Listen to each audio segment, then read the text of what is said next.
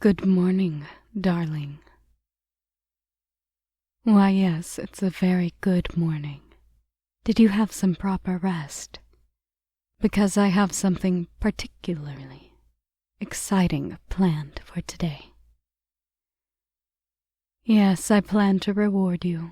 You've been a very good little moth recently, and you've done everything I wanted. I figured that if I could reward such proper behavior, it would have to be something truly special. So today, I'm going to show you exactly what I purchased to make your eyes light up. No, nothing like that. We've had plenty of playtime last night, my little moth. It's not a toy. Although there's plenty of toys we still have to try on both you and me. No, it's something wildly different. You see, when we first spoke, you told me two things. The first thing was that you were a trader, a flower trader. The second was that you were an art connoisseur. And since that day we've seen a plentiful amount of beautiful things. Including you, of course. But we're going to see something that I believe will be quite something new for you. You see, a new batch of flowers has come to the port today, including one very specific flower that I have ordered specifically for you. Yes, I sent a letter with my request to several Dutch tradesmen. An Alleronic merchant was able to grant me the best offer. They used their magic, their understanding of flowers, and a few other areas of expertise that I have a rather lacking understanding of, although I believe you would find it incredibly interesting, to create a flower that met my demands. Oh, no fussing about the price, darling. I have money to spare. Besides, I don't simply live off of my inheritance. I'm earning money as well. Does that surprise you, little moth? I may not seem to work for my money, but we both know that I have no need for sleep. My work only requires about an hour per day to ensure everything is kept well. You see, I have made the clever investment to buy a large set of houses near the docks, which I knew would eventually become warehouses and stores. The people there working hard for their money, and I ask them for a margin of it as payment for the building. Instead of a regular sum of money, they pay me based off of what they make. The ones renting rooms do, of course, pay a standard sum, but with about 15 homes and 5 businesses in my possessions, my monthly profits are enough to live however I want and still build up more money. The only thing I have to do to earn it is ensure that the buildings are kept in order. It only takes a few phone calls to have any problem solved for a low price. So in all reality, it's a very simple job once you get to know everyone. And to tell you a secret, I think some of the handymen give me a discount out of fear that I will eat their children. Don't tell them I don't do such a thing. It might make it more expensive. Now, let's get dressed. Your gift will be here around noon, and we've already slept for quite some time past sunrise. No, I'm not going to tell you what it is yet. You'll have to wait and see, darling. I promise that you'll love it. I know you will. Now, let me check. Yes, your neck is covered so nobody can see the collar. Long sleeves to hide the scrapes, bruises, and suction marks. A hat to block out the sun. I think you're getting better at dressing, as if you're not showing off about your mind, darling.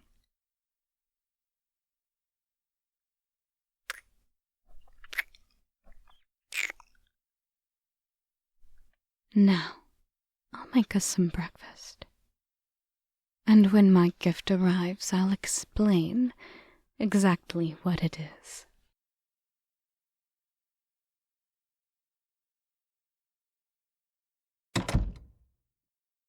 Ah, there you are. I am Delilah Black. We corresponded across letters already, but it's good to finally meet you in person. I see that you've wrapped it properly. I assume you came along to protect something as precious as this. I figured.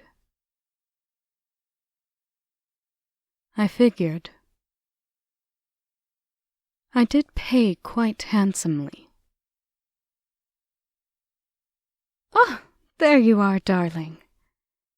This is the Alarun that I told you about this morning. Her name is Lady Juliana van den Berg, but she responds just as well to Lady Julia. As you can see, she's a woman fashioned of beautiful flowers, and she has quite a talent for tending to them. I think you two will quite like each other. But for now, our meeting is themed around the item she carries in that box of hers. Julia, how about you come inside? I've already prepared a little footpath of sweet water for you, and I do believe my darling is simply dying to know what I got for them.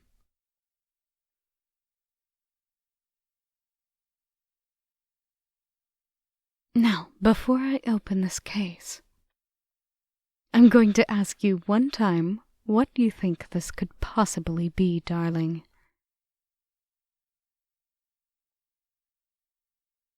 Well, you're not wrong. It is indeed a flower.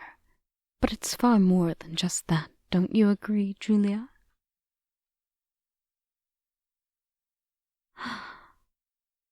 It's more beautiful than your description accounts for, Julia. Truly, it is worth every penny. This, my darling, is a new species of plant. It's derived from the thornless rose, the tulip, the thistle, and a very small rare plant, known as rotten delight, which only grows in the ancient woods of the elves. There's a long legend attached to the little flower with its vibrating petals. But the main intrigue of it is that it simply refuses to wilt. The story goes that an elven queen of old fell in love with a human who was infected with a strange disease.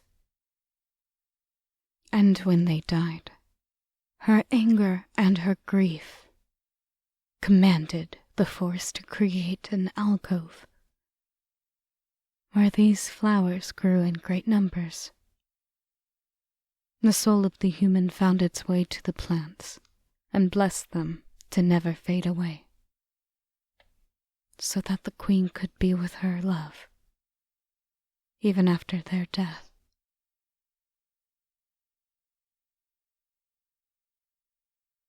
I personally rather think evolution found a reason for the plant to move.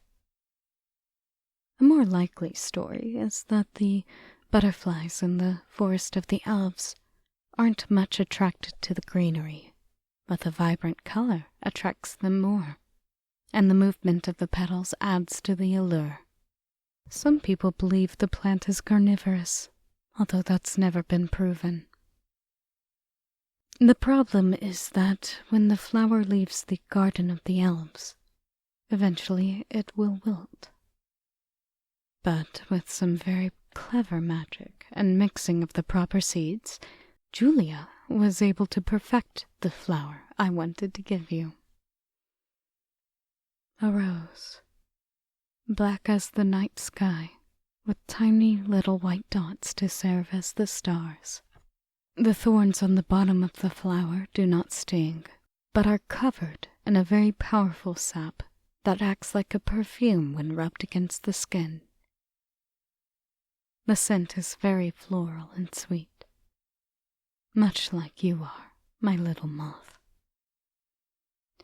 And lastly, and most impressively, this flower's black petals replace themselves. For each layer that falls from overblooming, another layer forms in its core. Its petals cover the pollen it holds, which makes it so that bees and other insects aren't attracted to it. A perfectly sterile black flower bearing stars and perfume that will never die so long as it's properly taken care of. My gift to you is myself in the form of a flower, my little moth. Something you can keep forever and remember me by.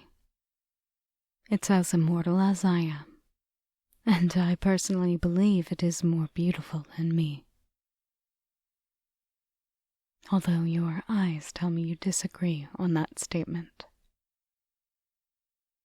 I'm happy you like it so much, little moth. I also have something else to tell you. I've also been spending my nights doing a few more things than usual, and it turned out that the 2 buildings next to your flower shop were also damaged in the fire. I apologized to the owners and offered to buy their stores from them. After I named the price I had in mind to pay for them, both of the owners agreed, which means that you can now quite easily triple the size of your little store. I believe I mentioned it this morning already, but money truly isn't an issue for me. If I want to give my darling moth a gift, then I will give you whatever I want to, even if it costs a lot. You have to understand, darling. Any price on earth is a low one when it can buy your happiness, especially if it persists even after this year we've agreed upon. Now, Lady Julia was so kind to come across the sea in order to deliver this flower. But not only that, she'll be here for the next few days to tend to your shop, and if you're lucky, she might cast a few spells to improve the place as it's being expanded. Her methods are quite efficient from what I've heard, and she'll ensure that the expanded shop runs just as you like it when you return from your year-long vacation. Yes, this is all a gift for you. As I said this morning, you've been very good, and haven't even refused any request of mine. Of course, you've asked me to stop once or twice. But as much as I know you and your body, I can't read your mind. Knowing that you'll tell me to stop when you have to makes me feel safe as well. And when this year of indulgence is over, these gifts ensure that you'll have something to remember me by. Speaking of this year of ours, I was looking at the calendar and noticed that the halfway point is coming soon. Time truly does fly when you're enjoying yourself, doesn't it? Oh, I am so sorry, Julia. I almost forgot that you were there. Do you want us to move, or would you like me to bring you back to your carriage? That's wonderful. I apologize again, and thank you so much for everything you've done for me. I truly couldn't be more grateful.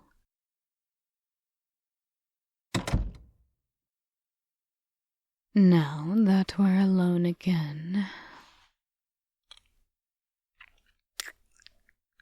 what do you say?